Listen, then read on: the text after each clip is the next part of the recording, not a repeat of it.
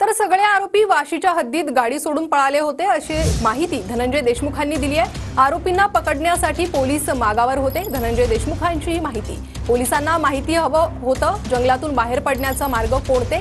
धनंजय देशमुखांची ही प्रतिक्रिया। देशमुखांच्या हत्येतील नव्या सीसीटीव्हीवरून धनंजय देशमुखांनी ही प्रतिक्रिया दिली आहे। काल एक सीसीटीव्ही व्हायरल झालाय। संतोष देशमुख यांचा खून करून आरोपी पसार होताना एक सीसीटीव्ही व्हायरल होता। त्या संदर्भात पण आम्ही अगोदर बोललो होतो की हे सगळे आरोपी वाशीच्या हद्दीमध्ये गाडी सोडून तिथून पळाले। त्यांच्या मागे पोलीस होते।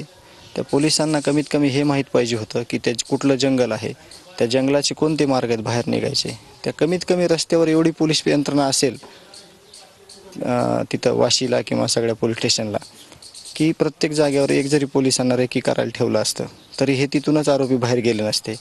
अट्रॉसिटी दाखल केली असती, ते काल लोक जॉबसाठी आले होते, अट्रॉसिटी दाखल केली असती तर ही घटना घडली नसती। पण ह्यांचे सगळे हात काळे झालेले असल्यामुळं आणि ह्यांची कॉल रेकॉर्डिंग एकदा काढा म्हणून आम्ही सांगितलं, अजून परत सांगतो की ह्यांची कॉल रेकॉर्डिंग सगळी काढा, ह्यांची CDR काढा।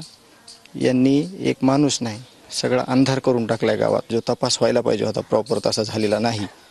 CID SIT जे यांनी तपास दिला त्याच्यावर योग्य भूमिका घेत आहेत, योग्य तपास करत आहेत।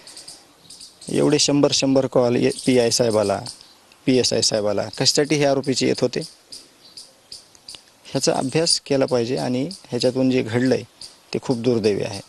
कॅमेरामॅन आप्पासाहेब मोहोरकरसह मी यशपाल भोसले, मसाजोग, बीड।